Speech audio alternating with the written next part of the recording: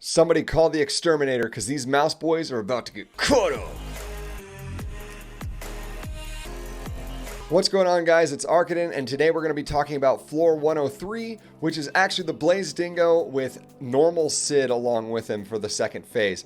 All in all, pretty doable fight. If you made it through 102, 103 is going to feel challenging, but less challenging if you use the team that we talk through today. So without further ado, let's talk through what I decided to use on this team, and then we can talk through some potential change-ups if you don't have these characters. So let's kick it off with Tamarinne at number 1 on the team list. She is going to be your one and only main healer. The biggest reason why Tamron was the choice over any other healer, if I had to go like best healer for this scenario, is because she has the ability to strip on her idle form S1. That's incredibly helpful, especially when you're making the transition phase in Dingo. I really did like that. I also love that on her S2 and idle form, you're getting not just a heal, but combat readiness push and also attack buff. That was super nice. Otherwise, she just does normal healing. I did use Wondrous Potion Vial because just being able to get rid of a debuff every once in a while was kind of nice. Also, I didn't really feel like I needed anything extra outside of that. So Tamron, super good. If I had to replace anyone on this team, Tamron would be one that is a decent adjustment, and you could switch to Acades, but if you change Acades, I also think you'll have to change up another character. So we'll talk about that when we get to it. Second on the list, we're going to have Arbiter Vildrid, who is actually relatively replaceable, and I'll talk about that here in a second. You'll notice that right now I have him on Alexa's Basket. Dust Devil is what we actually use when we take him in for this fight. It was amazing being able to just like get dual attacks with himself multiple times, like where he's actually getting an extra turn on the S1 afterwards. Amazing. It felt so good. It was a ton of extra damage, and I definitely would suggest this character for this just due to general damage, and a lot of people that have Arby will also have him geared. Now, if you don't have Arby, things that you might want to consider would be normal Green Vildrid. Normal Green Vildrid also is just fine here, mostly because the only real difference between the two of them damage-wise potential is going to be just like you're missing out on the debuff on the S3, really, is the biggest thing that you're missing out on between Arbiter Vildrid and normal Vildrid. But also, normal Vildrid also gets an extra attack if he kills something, so you actually technically get more outright throughput just using Green Vildrid instead. I went with the Arbiter Vildrid for the safety, just in case, because I knew I was only going to have one main healer for this. Just in case Arby decided to die, he might come back and we'd be just fine. So Arbiter Vildrid, a perfectly solid choice for this team. So the last two characters I'm actually going to talk to as kind of a package deal. So those two characters are going to be Seaside Bellona and Dizzy. Both of those characters end up between the two of them having like 7 different debuffs across the board, which is super nice for the last phase. I'll explain what other strategies you could use for this, but for this strategy, having 7 different debuffs allows you to do maximum damage when Dingo is in his Fire Dingo stage. So having that was super nice. Seaside Bellona in general, AoE character, lots and lots of damage to be able to help out with the AoE necessary for the mice in the first phase, as well as just in general putting a bloodstone on her, which is what I ended up doing. It doesn't show that here, but I did put a bloodstone on her. Ended up giving us a lot of extra healing too. So Seaside Bellona's piece is all of her debuffs, all of her inevitable AoE damage, as well as the reality that she's also a pretty solid side healer. Now with Dizzy, you're also getting the exact same kind of thing. Lots and lots of debuffs, the other half of it, but also if you put Isla's Violin on her, you're constantly as well being able to strip off some of the buffs that the boss is going to be having. If it's not the bosses, it's nice being able to strip off of the mice, because the mice will also be getting a whole bunch of buffs between the like 6 or 7 of them that exist there. So all in all, Dizzy plus the Seaside Bellona is incredibly beneficial. So make sure, if you can, and if you have those two, for this particular strategy to go that route. Something else that you might notice is if you looked at all the different characters, they all have pretty decent health except my Arby. So if you decide to go the Green Vildrid route to replace Arby, make sure that you also tank him up a little bit more because you really don't want him to just die at random.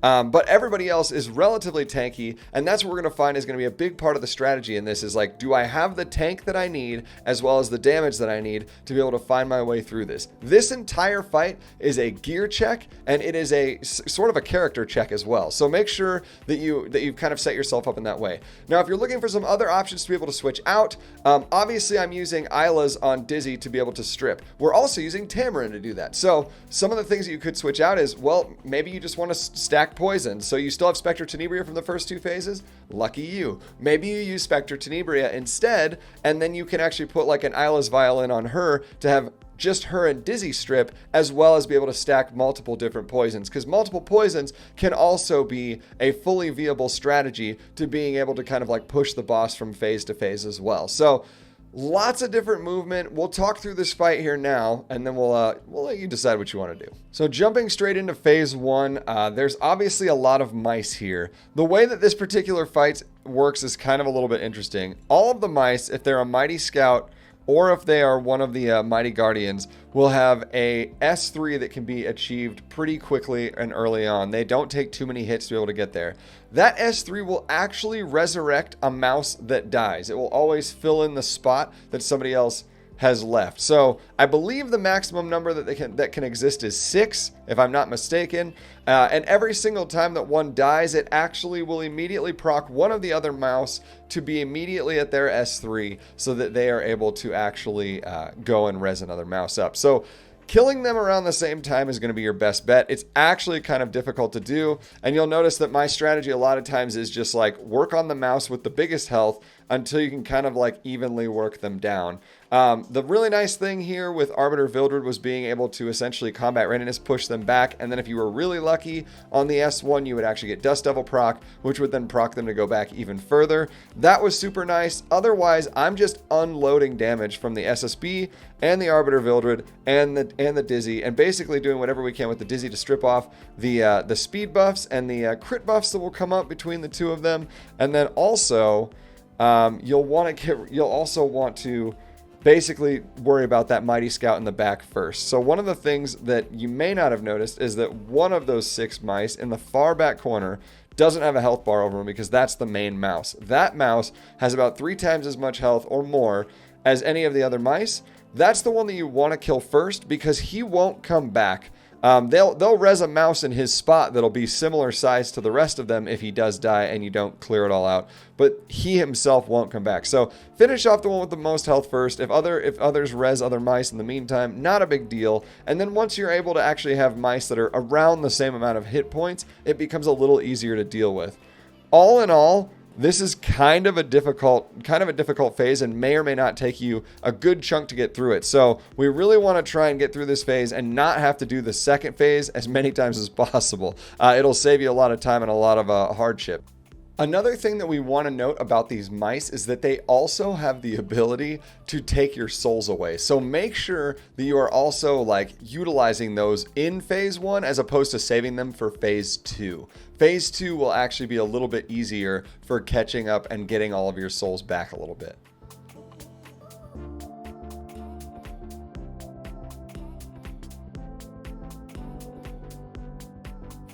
Moving into phase 2 of this fight, you'll notice that it starts off with Blaze Dingo and Masked Gentleman Cidd.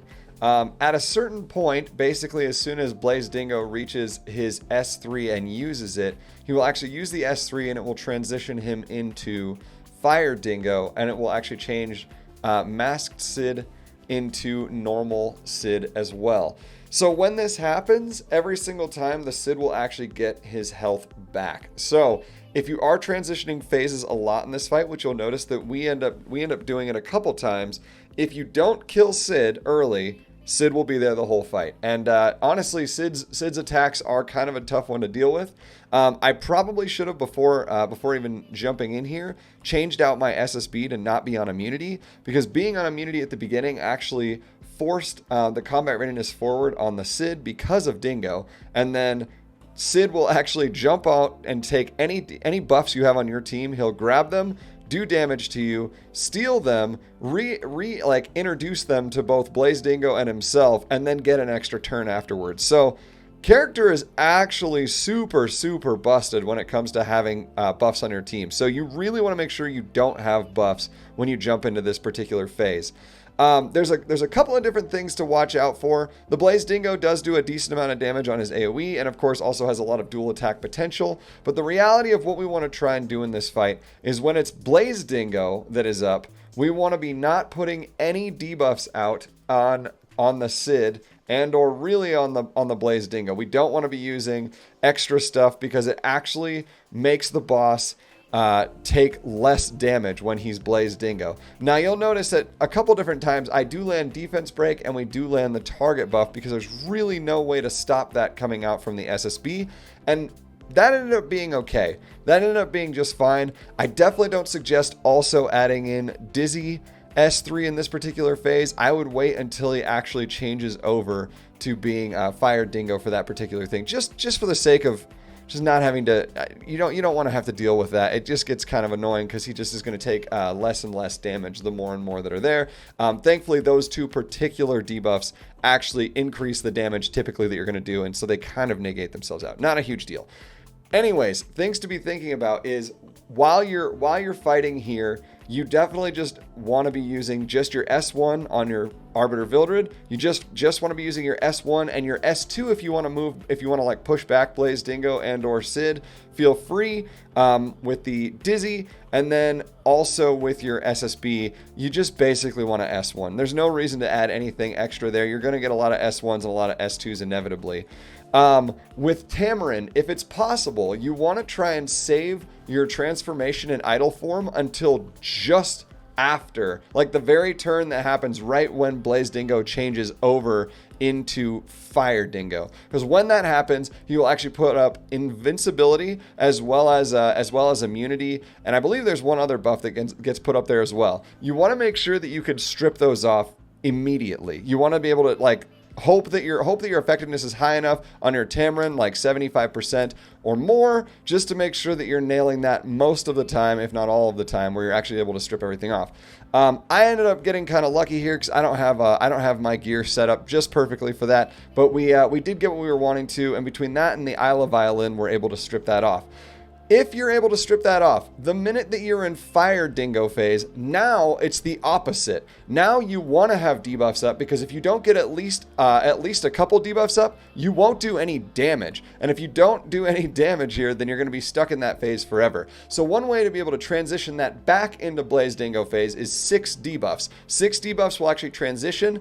I honestly think if you're a little bit lucky, you don't get 6 right away. You put some extra damage in and maybe get enough extra there to be able to take out the Cidd as well. So that way, if he transitions, you're not transitioning both of them, and it's going to cut the damage down a good chunk there.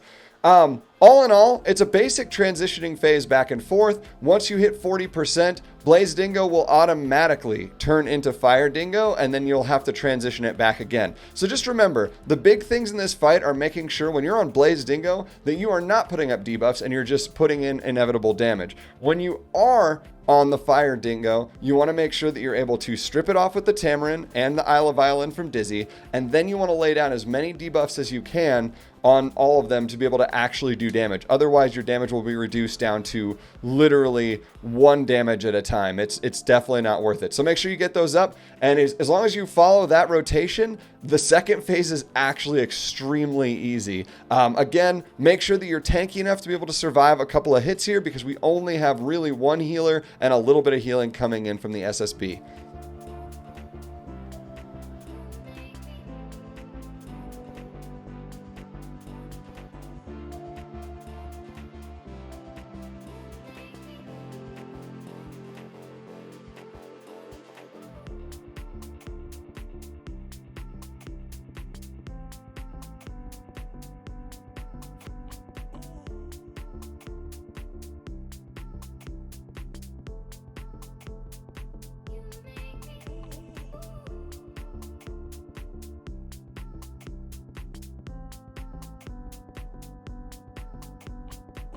So my overall take on this floor is that all in all, it's actually a pretty well designed floor. I really appreciate the reality that you have to come up with a team that has a good amount of control to be able to get through the mice without it feeling like a literal hell of just continual mice coming back, as well as moving into phase 2, having the right team composition to have a boss that kind of almost has like a sun and moon, yin yang, kind of like one does one thing, one's the good, one's the evil version. Very cool version of a final boss.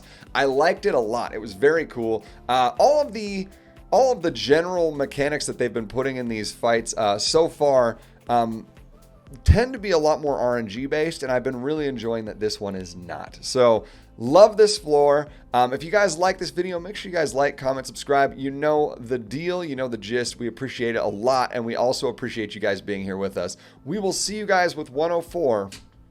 Peace.